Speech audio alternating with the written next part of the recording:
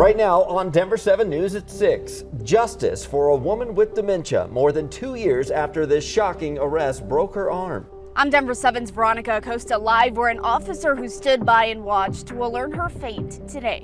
The Senate is working for the weekend. We're breaking down the big bill going up for a vote tomorrow, trying to save us money and the environment. We're all looking forward to getting that tax refund check in the mail, but there's a growing political battle over who can take credit for it. I'm Denver 7's Christian Lopez. State Republicans are filing a complaint over what else will be in the envelope. A lifelong Broncos fan is now taking the field. It just goes to show that if you believe in your dreams and work hard, anything can come true. We're talking to the Colorado high school football star about his long journey to wearing the orange and blue. Hey, he's ready to roll out. That's the ultimate, right? Yes. You grow up rooting for your hometown team. Now you get to play for them. It's awesome. Good morning. I'm Jessica Crawford. I'm Brian Sanders. Happy Friday to you. Katie LaSalle here with a look as we head into the weekend with some sun, but we do have some rain chances out there. We do. Good morning, you guys. We made it to the end of the week, and it's going to be a hot Friday ahead. This morning, though, really beautiful sunrise, mostly clear skies. Your weather headlines for today. Temperatures will reach the upper 90s this afternoon. Mainly dry conditions for Metro Denver, with most of the storms out to our west, but could see an isolated thunderstorm or two roll across the plains. Cooler and wetter weather rolls in this weekend. More widespread rain will be likely.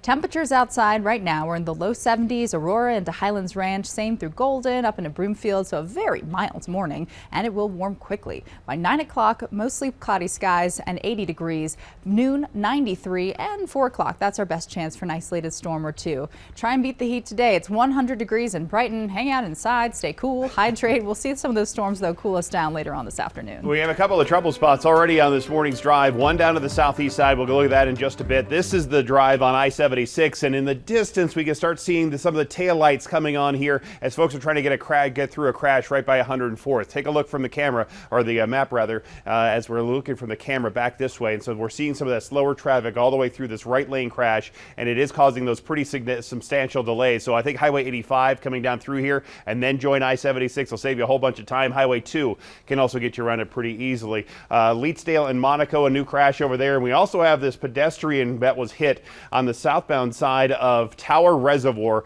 right there before you get to Quincy. So they've closed it. Aurora Police have here at Mansfield. You're running on over to Buckley to get around it, but that investigation continues for now, so that detour will be in place for a while longer. The arrest of Karen Garner, caught on camera more than 2 years ago, is still horrific to watch. And today, another Loveland officer will be sentenced for her role in this brutal assault. Denver 7's Veronica Acosta is at the Larimer County Courthouse. And Veronica, you have the charges that she's facing. I do, and really that body cam video that we saw last summer, it was truly heartbreaking. 73-year-old Karen Gardner, she has dementia. She tried leaving a Walmart with about $13 of merchandise, but then ended up returning it. Despite that, 2 officers stopped her as she was walking right alongside the road. One of those officers actually pinning Gardner to the ground at some point. Her arm was broken that day. Her shoulder was dislocated as well. Now this morning, the second officer involved in this incident, who stood by and did nothing while the other officer hurt Gardner, will be sentenced. Austin Hopp is that first officer we're talking about.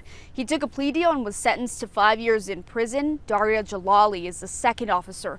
She'll be sentenced for failure to intervene on a police officer's use of force, a misdemeanor. Other charges were dropped as part of a plea deal. She faces up to 364 days in jail and or a fine of up to $1,000. As for the Gardner family, they were able to settle a lawsuit with the city of Loveland. This happened back in September. They were able to get $3 million. In Fort Collins, I'm Veronica Acosta, Denver 7. Veronica, thank you. We do have some breaking news this morning. China has announced sanctions against the U.S. days after House Speaker Nancy Pelosi visited Taiwan. Leaders say they are not talking with the U.S. right now about climate change or military issues or anti-drug work.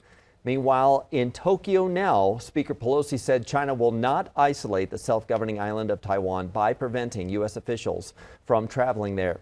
China has been conducting military drills in response to the speaker's visit. Secretary of State Antony Blinken called them a significant escalation. The drills included firing missiles near Japan and all areas around Taiwan.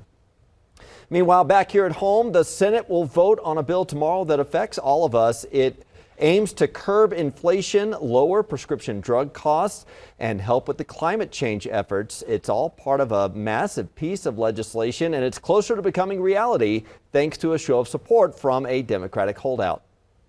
This morning, a big step forward for President Joe Biden's domestic agenda. Democrats are advancing a bill they call the largest investment in energy and climate programs in U.S. history. The budget legislation would only need 50 votes or all Democrats to vote in favor, and now they have the support of holdout Senator Kyrsten Sinema, who broke her silence Thursday, offering support to her fellow Democrats. We expect to vote on the motion to proceed to the reconciliation legislation on Saturday. The president calling it a critical step toward reducing inflation and the cost of living for America's families. The bill would help reduce prescription drug costs and health premiums, invest billions in fighting climate change, impose a new minimum tax on giant corporations, and reduce the deficit by $300 billion. Colorado Senator Michael Bennet says his Republican colleagues should get on board, but many aren't convinced. Frankly, I don't know how many people can go home and say they voted against a balanced approach to achieve energy independence, fight climate change, and lower costs for families at this moment in our history. It would make inflation worse over the next 2 years, and they'd do nothing to cut inflation in the long term. Senator Sinema says Democrats had agreed to remove a key tax policy that targeted the wealthiest Americans. Sources tell ABC News the agreement that earned Sinema's support will also include a new tax on the money companies spend to purchase back their own stock.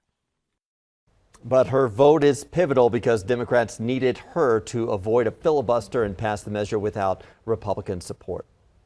Tina Peters still lost in the Republican primary for Colorado Secretary of State. The results of a statewide recount showed Peters still losing by about 90,000 votes to former Jefferson County Clerk Pam Anderson. The majority of Colorado's counties saw little to no change to their results. Your state tax refund check is on the way, and you're getting a letter from the governor along with it. It's the latest move from Democrats to turn a typical tax refund into political capital in an election year. Denver 7's Christian Lopez joins us live. And Christian, Republicans are fighting back on what they are calling a political stunt. Yeah, and you should be getting that check in the mail in the next 2 weeks or so. It is your Tabor refund, and it's named after the law that requires Colorado to give you money when there is a surplus. And this year you are getting a lot more than usual, and that is because the economy is doing so well. $750 for those who filed taxes individually, and it is twice that amount for joint filers. Now, that check comes with a letter from Governor Polis and explains why you're getting that money, but it doesn't mention Tabor at all. It does, however, say that it was the governor who signed a law directing that refund that was already yours. What the law really does and the letter doesn't say is that the refunds are coming much earlier now instead of next spring when those checks typically go out. And that was enough for the Colorado GOP to file a campaign finance complaint against the governor who is running for re-election. And they tell the Denver Gazette that this is all a political stunt because Democrats have been critical of Tabor in the past.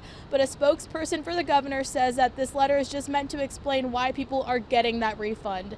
Live in Denver this morning, I'm Christian Lopez, Denver 7. Regardless of the politics, we'll take the money right now, that's for sure. Jefferson County teachers are also set to get a boost in pay. Its teachers union will vote on a new agreement next week where salaries would be set to a new range from $50,000 to more than $100,000. The union estimates the average increase in pay will be about 9%. There are also improvements to the contracts to help protect the workload of teachers who work with students who need additional help. It's the last weekend of summer for several kids across many districts in Colorado. Kids go back to school next week in Douglas County and in Aurora and many more. But today, the Denver Public Schools Foundation is hosting volunteers at 2 schools. People can do a variety of activities from, helping paint the school, clean the yards. This is the way for us to have the community connect with the classrooms, with the schools, and help out in preparing the school for the new school year. Yeah, a real feel-good moment here. They'll pack up school supplies. You can learn more on the DPS Foundation's website because they need volunteers and donations throughout the year to help with other projects. And you can get your kids ready for their new school year by tuning into Denver 7 starting at 4:30 a.m. Monday. We will have your back-to-school forecast and your traffic alerts and all the news you need to know before you head out the door. Katie. And for the final weekend of summer for some of those kids before they head back to school on Monday, today is going to be the warmest day on our 7-day forecast. A great afternoon to maybe head to the pool, cool off. We will be seeing more moisture stream into the state, so we have the chance for thunderstorms. I'll take you through the full forecast coming up. And we have a tragic crash down here in southeast Aurora along the southbound side of Reservoir Road. It's basically Tower from Hamden on down to Mansfield, which is right there, and then it turns into Reservoir Road. But we have this crash. You can see some of the debris field here that ends up with the car right there. So that southbound side is going to be closed down for this investigation for some time. The northbound side is open, getting on up between Quincy and Hamden. So you can use Buckley as a good alternate. Piccadilly just to the east can also get you around this as well.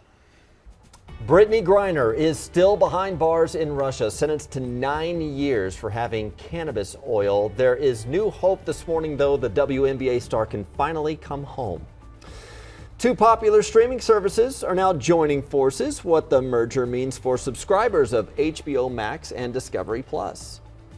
He was a high school football star here in Colorado. Now Max Borghi is playing for his hometown pro team. The fellow Colorado kids welcoming him to the Broncos.